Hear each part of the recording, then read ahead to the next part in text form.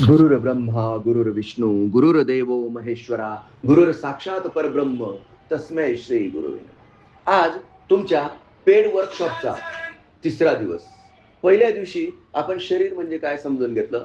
दुसऱ्या दिवशी मन म्हणजे थोडक्यात अंतःकरण म्हणजे सॉफ्टवेअर समजून घेतलं. आणि आज आपण आत्म्याविषयी बोलणार आहोत. पण तुम्हाला खरं सांगू, आत्म्याविषयी काहीच बोललं जाऊ शकत नाही. कारण आत्मा अजर अमर अनश्वर आहे.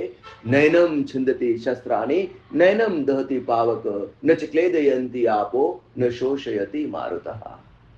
आत्मा या शरीरात आहे आणि म्हणूनच हे शरीर चालतं, बोलतं, हसतं, खेळतं, रडतं, दळतं, कांडतं. ज्याही क्रिया चालू आहेत त्या शरीराच्या माध्यमातून चालू आहे. पण त्या शरीराच्या मागे जी ऊर्जा कार्य करते ती आहे आत्मा. आणि हा आत्मा फक्त या शरीरापुरता मर्यादित नाही. हा आत्मा अनंत आहे. तो सनातन आहे. ती ऊर्जा आहे. जसं इलेक्ट्रिसिटी जर तुम्ही हीटर मधून काढली तर तुम्हाला गरम पाणी मिळतं. आणि तुम्ही एसी मधून तीच इलेक्ट्रिसिटी काढली तर तुम्हाला गार हवा मिळते. फ्रीज मधून काढली तर बर्फ होतो. शेगडीमध्ये पेटवली तर अन्न शिजवतात. ऊर्जा तीच आहे. ऊर्जा तीच आहे. तिचा वापर तुम्ही कसा करतात त्याच्यावर तुमचा रिझल्ट अवलंबून असतो. अगदी तसंच आपल्या सर्वांचा आत्मा एकच आहे. ऊर्जा सर्वांची एकच आहे. पण त्या ऊर्जेचा वापर तुमचं मन कसं करतं त्याच्यावर रिझल्ट अवलंबून आहे. साधं सिंपल विषय. मन, शरीर आणि आत्मा. आणि मुख्य ज्ञान जे आहे, जे अज्ञानाच्या मुळावर घाव घालतं ते ज्ञान आहे मैं देह नहीं नश्वर नासी मैं अलख निरंजन अविनाशी. हे शरीर म्हणजे मी आहे असं मानून जे जगतात त्यांना गुलाबजामुन खायला आवडतात. त्यांना मऊ मऊ स्पर्श आवडतात. त्यांना सुंदर संगीत आवडतं. आणि मग त्यांचे हे सेन्सेस म्हणजे काय, हे इंद्रिय त्या इंद्रिय तृप्तीसाठी निरंतर प्रयत्न करत राहतात. मग जिव्हेच्या तृप्तीसाठी कधी वडापाव खातील, कधी पाणीपुरी खातील, कधी आईस्क्रीम खातील, कधी गुलाबजामुन खातील. डॉक्टरांनी नाही सांगितलं तरी खातील आणि बरं होण्याकरता पैसे देतील. आता आता तुमचा शारीरिक प्रॉब्लेम नाहीये. तुमचा कोणता प्रॉब्लेम आहे? मानसिक. मानसिक का? कारण तुम्हाला फोकस करता येत नाहीये, तुम्हाला स्ट्रेस आहे, तुम्हाला एन्झायटी आहे. Yes or no? दाखवा बरं मला स्ट्रेस कुठे? नाही दाखवू शकत. दाखवा बरं मला एन्झायटी कुठे? नाही दाखवू शकत. कारण ते सूक्ष्म आहे. आणि म्हणून मी शरीराला दुरुस्त करायचं असेल तर 5 मिनिटात पेशंट तपासतो, 300 रुपये घेतो आणि जा. Yes or no? पण जर प्रॉब्लेम मनात असेल तर मला हे 3 दिवसाचं वर्कशॉप घ्यायला लागतं. बरोबर? आणि या 3 दिवसाचे तुम्ही पे केलेत 999 रुपये. Is it worth or not? It is worth. कारण 5 मिनिटात 300 रुपये कमवले जातात. हा शारीरिक प्रॉब्लेम आहे. पण तुमच्या मनावर कार्य करण्यासाठी मला 3 दिवस लागलेत. ओके. आणि या 3 दिवसात फक्त मीच कार्य नाही केलं, तुम्ही पण कार्य केलं. काय? की जे मी सांगितलं ते फॉलो केलं. Yes or no? मी तुमच्या पहिल्या इंट्रोडक्शन मध्ये बघितलं, साधारणपणे तुमचा उठण्याचा जो काळ आहे तो 8 वाजता उठतात तुम्ही. बरोबर? मग तुम्ही प्रयत्न केला आणि दररोज सकाळी निदान 6:30 पावणे 7ला तरी उठत असाल. कारण इथं आपल्याला 7:30ला यायचं. म्हणजे तुम्ही लवकर उठायला लागलात. This is transformation. This is transformation. तुम्ही 3 दिवसांपैकी एकही दिवस दांडी मारली नाही. तुम्ही ट्रॅफिक जाम होती तरीही इथे येऊन पोहोचलात. दिस इज डिसिप्लिन. 3 दिवस तुम्ही इथं आलात, सतत आलात. आणि या 3 दिवसात मी दररोज सकाळी जे सांगितलं त्याचं थोडंसं दिवसभरात कधीतरी तुम्हाला आठवलं असेल, निश्चितच आठवलं असेल. तुम्ही त्याचं मनन केलं, तुम्ही त्याचं चिंतन केलं. काय केलं? मनन केलं, चिंतन केलं. तुमच्या बुद्धीने काय सांगितलं ते मला शब्दात सांगा. प्रश्न कळला की नाही? बुद्धीने काय सांगितलं? हा, तुम्ही मी जे सकाळी सांगितलं, दिवसभरात तुम्हाला कधीतरी त्याचं क्लिक झालं असेल. आज काय सांगितलं त्याचं तुमच्या बुद्धीने अनालिसिस केलं असेल, योग्य अयोग्य असं तसं. सायंटिफिकली हे सगळं योग्य आहे. हा, मग तुमच्या बुद्धीने तुम्हाला काय सांगितलं? सायंटिफिकली हे योग्य आहे हे मला बुद्धीने सांगितलं. आणि हे जर का आपण रोज केलं तर काहीतरी फायदा नक्कीच आपल्याला होणार आहे. तर आता या दोन गोष्टी आहेत तुम्ही सांगितल्यात बरं का. रोज केलं तर म्हणजे कन्सिस्टंट कुणाला राहायला लागेल? कमला. कन्सिस्टंट कोणाला राहायला लागेल? येस, तुमचा शब्द आहे की हे रोज केलं तर काहीतरी फायदा होईल. हे कोण सांगतंय? तुमची बुद्धी. मग आता माझा प्रश्न आहे, काहीतरी काय फायदा होईल? एन्झायटी कमी होईल, स्ट्रेस कमी होईल, एकाग्रता वाढेल. नक्की, गॅरंटी तुम्हाला. कारण अनुभव घेतोय ना, आता तिसरा दिवस आहे आज. हा, 2 दिवस ऑलरेडी अनुभव घेतला मी. घेतला. काय अनुभव आला तुम्हाला? स्ट्रेस रिलीफ थोडंसं वाटलं मला आणि कॉन्सन्ट्रेशन थोडंसं वाढल्यासारखं वाटलं. नक्की का खोटं बोलताय? का मला समाधान वाटावं म्हणून तर नाही बोलत? जे खरं आहे ते बोला बरं. Honesty is the best policy. मग ह्या 3 दिवस मरगळ जी आली होती कुठंतरी कमी जास्त नाईस असं वाटलं, फ्रेशनेस पण वाटलं दिवसभरात. येस, तर ही जी ब्रह्मक्रिया आहे ही तुम्हाला कळतं का काय ही ब्रह्मक्रिया? समजून घ्या. जसं या शरीरात अनेक रक्तवाहिन्या आहेत तसं 72,000 नाड्या आहेत आणि त्या नाड्या ज्या आहेत ना त्या कशात आहेत? तुमच्या प्राणमय कोशात आहेत आणि त्या चितीशक्तीला जोडलेल्या आहेत. चितीशक्तीचं रूपांतर आपण प्राणशक्तीत करतो. या क्रियेने चितीशक्तीचं रूपांतर प्राणशक्तीत करतो. या 72,000 नाड्या 3 मुख्य नाड्यांना येऊन मिळतात, इडा, पिंगला आणि सुषुम्ना. अगदी तशा तुम्हाला दिसायला या ब्रह्मक्रियेच्या 6 क्रिया दिसतात. 6 क्रिया: भस्त्रिका, कपालभाती, अनुलोम विलोम, बाह्य प्राणायाम, भ्रामरी आणि ओंकार. या 6 क्रिया दिसतात. पण याच्यातल्या 3 मुख्य क्रिया कोणत्या आहेत? तर बाह्य प्राणायाम, भ्रामरी आणि ओंकार, ज्या तुम्ही आज शिकणार आहेत. काल तुम्ही लवकर निघून गेलात त्याच्यामुळे ह्या क्रिया तुम्ही बघितल्याच नाहीत. तर आज मी जरा माझं टॉक शॉर्ट करणार आहे आणि तुम्हाला ह्या क्रिया शिकवणार आहे, कारण या मुख्य आहेत. काल तुम्ही भस्त्रिका, कपालभाती, अनुलोम विलोम शिकलात, पण आज तुम्हाला बाह्य प्राणायाम, भ्रामरी आणि ओंकार शिकायचा आहे. काल तुम्हाला मी होमवर्क दिला होता. What is the similarity between Omkar, आमीन अँड आमेन? Tell me. देवावरती दृढ विश्वास दाखवतो. देव काय? देव एक एनर्जी आहे. Yes, very good. त्या एनर्जीचा, पण ती जी एनर्जी आहे मग तुम्ही सांगितलं देव ही एनर्जी आहे, मग भूत काय?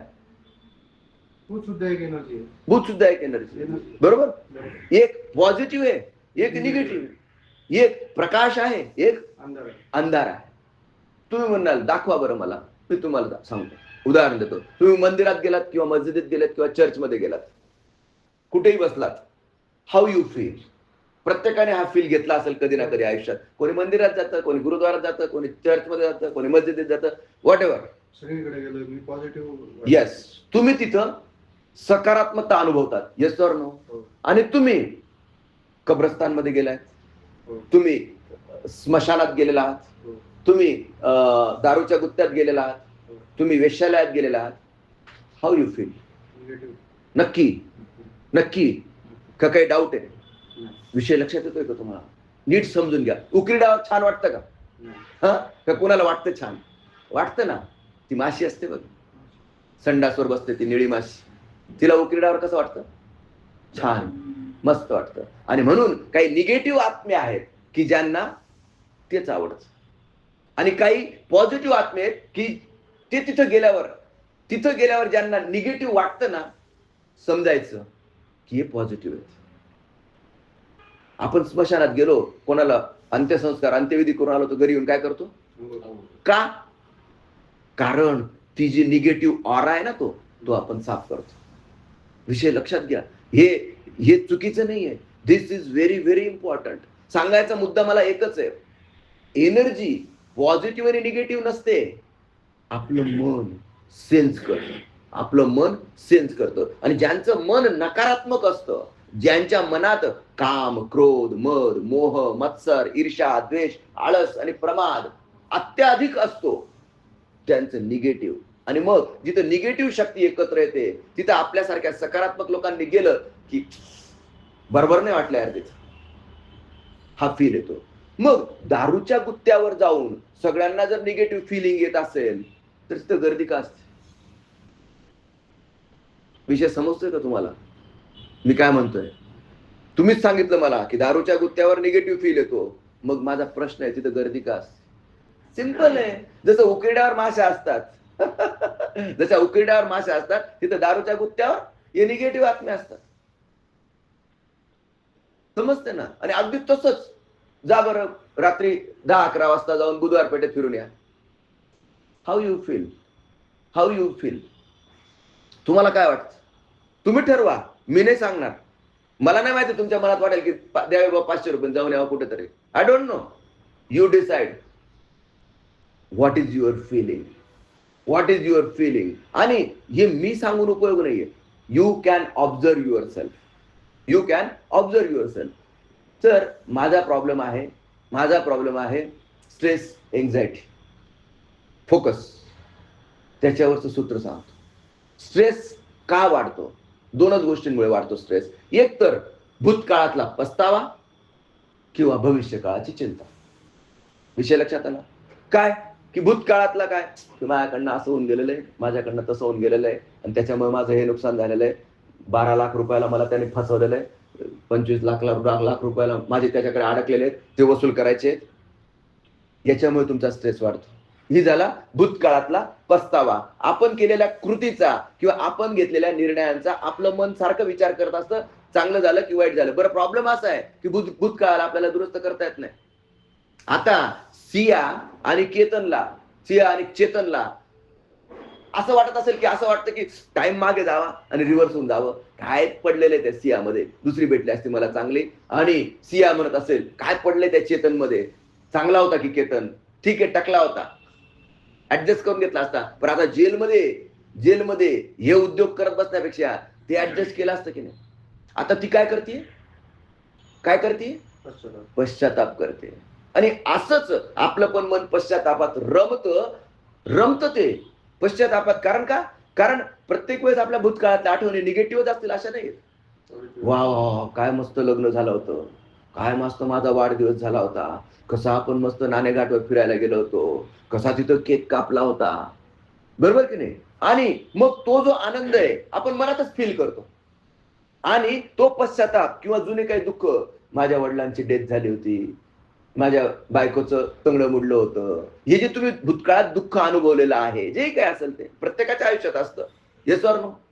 ते दुःख आपण परत परत उगाळत बसतो. आणि विशेषतः माझ्या भावाने माझ्याकडनं जास्त लाटून घेतलेलं आहे, माझ्या भावाने मला इथं फसवलेलं आहे, माझ्या मित्राने मला असं इथं फसवलेलं आहे. माझा मित्रच होता तो, हा आता माझा याला शत्रू म्हणू का मित्र म्हणू, आणि मग त्याने असं का केलं असेल, बरं हे करणं त्याला शोभतं का, अरे किती प्रेमाने आम्ही राहत होतो. विषय लक्षात आला की नाही. या गोष्टींमुळे आपल्या मनाची ऊर्जा खतम होऊन जाते. आणि म्हणून एका सेकंदात मी तुम्हाला सांगतो, द्या सोडून, लेट गो. मंत्र काय आहे? Let go. This is the mantra to erase your past. Past मध्ये काय जे काही घडलं असेल ते, कोणत्याही गोष्टीचा पश्चाताप नाही. आणि हा, जर आठवायचंच असेल, जर तुमचं मन पास्ट मध्ये रमणारच असेल, तर चांगलं आठवा. चांगलं आठवा म्हणजे काय? आनंदाचे क्षण वाढवा. जर तुमचं मन पुन्हा पुन्हा भरकटून भूतकाळात जात असेल तर. पण जे निगेटिव्ह घडलेलं आहे तुमच्या आयुष्यात, त्याला काय करायचं? Let go. पण तुम्हाला सांगतो सर, असं कसं तुम्ही म्हणतात लेट गो करता येईल का? त्याने मला 50 लाखाला टाकलेलं आहे, कसं लेट गो करता येईल? कोर्टात केस चालू आहे, मी सोडेल का त्याला? मरून गेलो तरी पुढच्या जन्मात येईल. सत्यानाश. काय? मरून गेलो तरी मी पुढच्या जन्मात त्याला सोडणार नाही. जन्म घेणे लागे वासनेच्या संगे. ही वासना, ही इच्छा, ही अपेक्षा, ही आकांक्षा घेऊन जर तुम्ही वर गेलात तर तुम्हाला परत यायला लागेल. Return ticket confirm. काय? जर तुम्ही शरीर तर कधी ना कधी पूर्ण होणार आहे, पण शरीर पूर्ण व्हायच्या आधी तुमच्या सगळ्या इच्छा, तुमच्या सगळ्या डिझायर्स कम्प्लीट झाल्या पाहिजेत. दिस इज युअर टार्गेट. जर शरीर पूर्ण होऊन गेलं आणि तुमच्या इच्छा, आकांक्षा, डिझायर्स कम्प्लीट नाही झाल्या तर रिटर्न तिकीट कन्फर्म. आणि मग पुनरपि जननम पुनरपि मरणम पुनरपि जननी जठरे शयनम यह संसारे बहुदुस्तारे यह संसारे बहुदुस्तारे कृपया पारे पाहे मुरारी कृपया पारे पाहे मुरारी भज गोविंदम गोविंदम भज मूढमते. लेट गो करायला पहिले शिकलं पाहिजे, शिकल्यानंतर ऍक्च्युअल मध्ये केलं पाहिजे. आणि ज्ञान असून उपयोग नाहीये, ते ज्ञान तुम्ही कृतीत आणलं पाहिजे. चित्ती वचनी कृतीत यावी सहज सुधा माधुरी. नाहीतर खूप ज्ञानी आहे, खूप पंडित आहे, कळलं की नाही? खूप ज्ञानी आहे, खूप पंडित आहे, लोकांसमोर प्रवचन देतो, गीतेचं ज्ञान देतो, 18चे 18 अध्याय पाठ आहेत, कलमा पाठ आहे, कुराण पाठ आहे, बायबल पाठ आहे, पंडित आहे. पण जे शिष्य आहेत ना, त्यांच्यावरच नजर ठेवतो, रात्री झोपडीत बोलवतो, बलात्कार करतो आणि जेलमध्ये जाऊन बसतो. Yes or no? विषय लक्षात आला का? काय? चित्ती वचनी कृतीत यावी सहज सुदामा. जे बोलतोय लोकांना तर खूप भारी वाटतंय. लोक तर खूप की जय की जय की जय करतात. काय भारी मौलवी आहे, काय भारी साधू आहे, काय भारी संन्यासी आहे, काय त्याने प्रवचन केलं, काय त्याचं कीर्तन. अरे पण तो रात्री काय करतोय आपल्याला माहित नाही, ते चुपचाप चाललेलं आहे. आणि म्हणून अशा कालनेमींपासून सावध राहायला पाहिजे. अशा कालनेमींपासून सावध राहायला पाहिजे. तो कोणी का असेना. लोक आरोप करतात, याने तसं केलं, तो ह्या धर्माचा, तो त्या धर्माचा. अरे ते जाऊ द्या, तो कोणत्या धर्माचा आहे दॅट डझंट मॅटर. त्याने लोकांना सांगितलं, काय सांगितलं? ज्ञान सांगितलं. आणि जो ज्ञानी आहे तोच गुपचूप नकारात्मक गोष्टी करतो, चुकीच्या गोष्टी करतो. मग तो भ्रष्टाचार असेल. भ्रष्टाचार पण करतात. त्यांच्या आश्रमांना मोठं करण्याकरता भ्रष्टाचार पण करतात. सगळ्यात मग भ्रष्टाचार करतात म्हणजे काय? त्यांचा मोह आहे, त्यांची लालच सुटली का? अहो, राम मंदिरात सुद्धा हा मोह त्यांचा सुटला नाही, तिथेही भ्रष्टाचार करतात. भ्रष्टाचार नाही, चोऱ्या करतात. बरोबर की नाही? मग ज्यांनी या चोऱ्या केल्या तिथं त्या रामाचा काय दोष? ज्यांनी या चोऱ्या केल्यात त्यांना खरा राम समजला नाही, तिथं त्या मंदिराचा काय दोष? ज्यांनी ही कृती केलेली आहे ते जागृत होते का?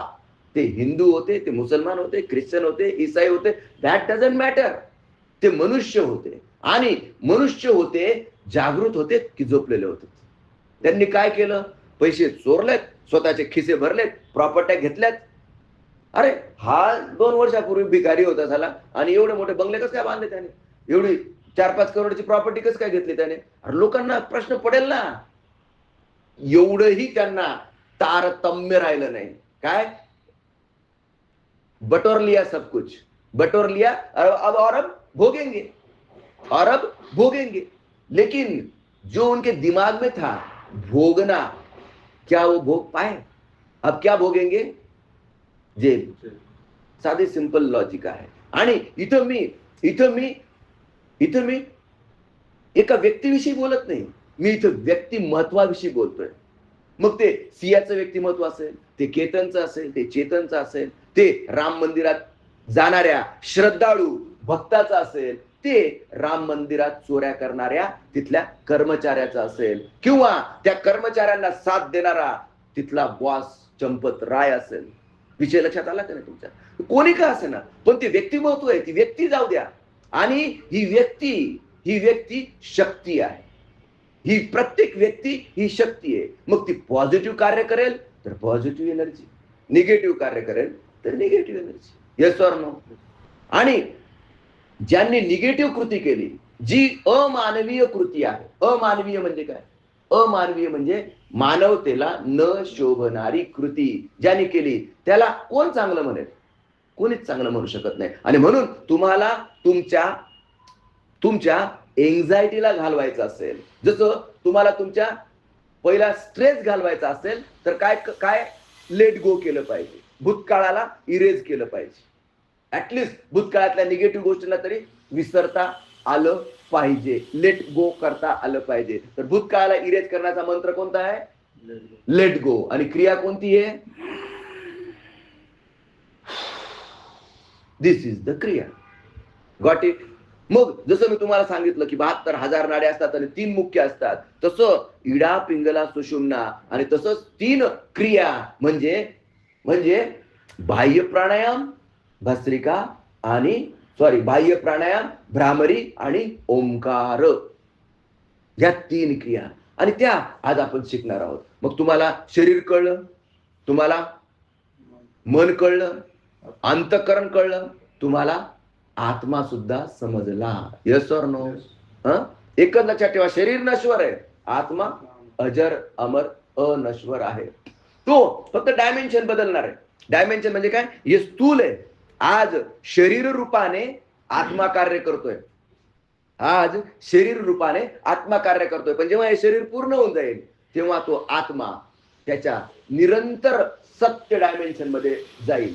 मग कोणी त्याला यमलोक म्हणणार, कोणी त्याला स्वर्गलोक म्हणणार, कोणी त्याला सिद्धलोक म्हणणार, कोणी त्याला नागलोक म्हणणार, कोणी त्याला पाताळ म्हणणार, कोणी त्याला काय अजून काय परमात्म्याकडे गेला वगैरे, कैलासवासी झाला, काय तुम्हाला नावं द्यायची ते नावं द्या. मी फक्त 2च नावं देतो, स्थूल आहे आणि सूक्ष्म आहे. सायंटिफिकली स्थूल म्हणजे जे दिसतं आपल्या डोळ्यांनी, आणि सूक्ष्म म्हणजे जे दिसत नाही. आणि तुम्हाला माहिती का, हे जे ब्रह्मांड आहे ना, हे जे ब्रह्मांड आहे, स्थूल फक्त 1% आहे, 1%, आणि याच्या 1000 पट जास्त सूक्ष्म आहे. आज जे आपण आपल्या डोळ्यांनी दिसतं ना, तुम्हाला कोरोना दिसतो का? असतो का? 100% असतो, म्हणून तर माणसं मेलेत. बरोबर का नाही? 100% असतो, दिसत नाही सूक्ष्म आपल्या डोळ्यांनी. मग त्याला आपण काय म्हणतो? सूक्ष्म.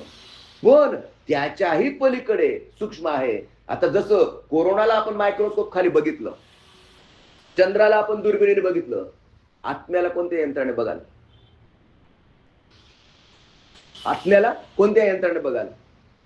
आत्म्याला एकच यंत्र बघू शकतं, ते कोणतं?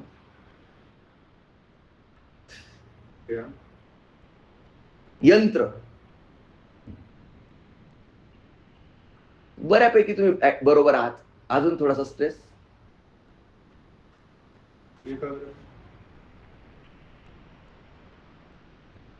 इन्स्ट्रुमेंट. तुमच्या जवळच येते. त्या इन्स्ट्रुमेंटच्या माध्यमातून तुम्ही आत्म्याला बघू शकता. Which is that instrument? Body is instrument. Your eye is instrument. Yes or no? Nose is instrument to smell. ब्रेनने जर आत्मा दिसला असता मग तर चमत्कारच झाला असता. ब्रेनने म्हणजे तुमच्या बुद्धीने आत्मा दिसू शकत नाही. आत्मा कोणत्या इन्स्ट्रुमेंटने दिसू शकतो? मन. किती सोपं आहे. आत्मा फक्त आणि फक्त मन चक्षुंनेच दिसू शकतो, अंतरचक्षुंनेच दिसू शकतो, बाह्य चक्षुंनी या चर्म चक्षुंनी दिसू शकत नाही. Is it clear or not? बरोबर. तर मग तुम्हाला एक कळलं की भूतकाळ इरेज केल्याशिवाय तुमचा स्ट्रेस जाणार नाही, आणि भविष्याची चिंता सोडल्याशिवाय तुमची एन्झायटी जाणार नाही. मग भविष्याची चिंता कसं काय सोडणार तुम्ही? अरे यार पोरीचं लग्न करायचंय, माझं पोरगा आजारी आहे, दवाखान्यात त्याला ऍडमिट करायचंय, 25-30 हजार रुपये खर्च येणार आहे, माझ्याकडे मेडिक्लेम नाहीये, भविष्यातली चिंता आहे. पोरग दारू पितंय, शाळेत जात नाहीये, चिंता आहे भविष्यातली, कसं काय सोडणार? भूतकाळ तर सर तुमच्यावर विश्वास ठेवतो, निगेटिव्ह मी चला इरेज करून टाकलं, लेट गो करून टाकलं, चला इट्स ओके, माझ्यावर काही कोर्ट केसेस नाहीयेत, माझं कोणाशी काही दुश्मनी नाहीये, माझे भूतकाळ काही इतका वाईट नाहीये, मी एका क्षणात त्याला इरेज करून टाकला. पण भविष्य काळाच्या चिंतेचं करू काय? व्यंकटेश काय करशील? भविष्य काळाच्या चिंतेचं काय करशील? प्रश्न कळला का? Yes or no?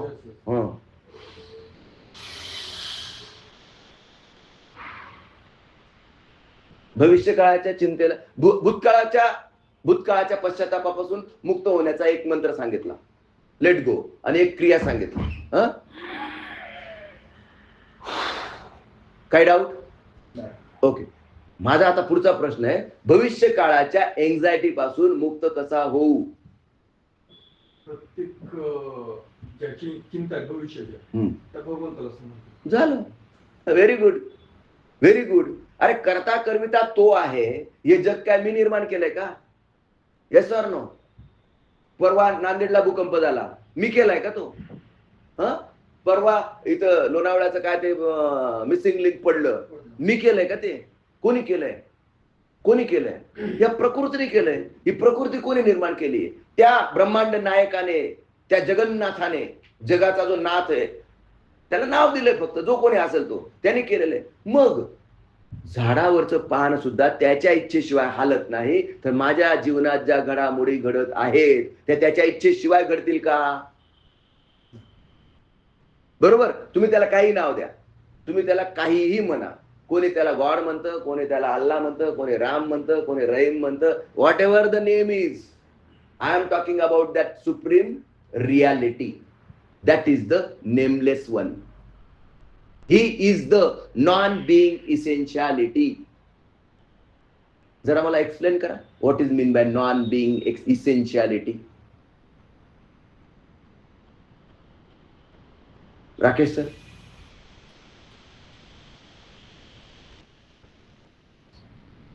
तुमच्या लेवलचा प्रश्न आहे हा.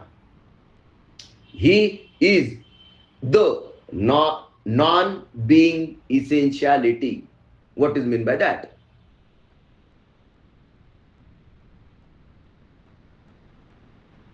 नॉन बिईंग म्हणजे नसलेली, इसेन्शियालिटी म्हणजे अति महत्वाची गोष्ट. नसलेली अति महत्वाची गोष्ट. हे वाक्य जर मी बाहेर बोललो तर लोक मला काय म्हणतील? मूर्ख. नसलेली अति महत्वाची गोष्ट असते कधी? काय नसलेली अति महत्वाची गोष्ट असते का कधी? मग शिव तरी आहे की नाही? शिव तरी आहे की नाही? तुम्ही म्हणाल हो आहे. आपण शिव या शब्दाचा अर्थ आहे काहीही नाही. काय? शिव म्हणजे काहीही नाही. आणि आपण म्हणतो ओम नमः शिवाय, ओम नमः शिवाय, ओम नमः शिवाय. काहीही नसलेल्या गोष्टी समोर नतमस्तक होणं म्हणजे ओम नमः शिवाय. विषय लक्षात येतोय? काहीही नसलेल्या गोष्टी समोर नतमस्तक होणं म्हणजे ओम नमः शिवाय. पण he is the endless one, म्हणून तो अनंत आहे, अनंत अथांग आहे, त्याचा थांग नाही. तो दया, प्रेम, भक्ती, श्रद्धा आणि आनंदाचा महासागर आहे. मग तो दया आणि प्रेमाचा महासागर आहे. प्रेम तर सियाने पण केलं होतं चेतनवर. विचारा बरं आता आहे का? तो चेतन म्हणतो तिने ढकललं आणि ती म्हणते त्याने ढकललं. याला प्रेम म्हणायचं का? याला प्रेम म्हणायचं का? प्रेम कुणीही करावं, कुणावरही करावं, भरभरून करावं, फक्त ते निर्मळ, निरपेक्ष आणि निरागस असावं. निर्मळ होतं का यांचं? नुसत्या भिन्न लिंगी आकर्षणाला तुम्ही प्रेम हे गोंडस नाव देऊ शकत नाहीत. भिन्न लिंगी आकर्षण संपून जातं लगेच. तो मुलगा आहे आणि तो टकला नाही म्हणून मला आवडतो, बरोबर की नाही? आणि अजून 20 वर्षानंतर बघितल्यानंतर ज्याला भरपूर केस दिसत होते तो पण टकलावून जातो. Yes or no?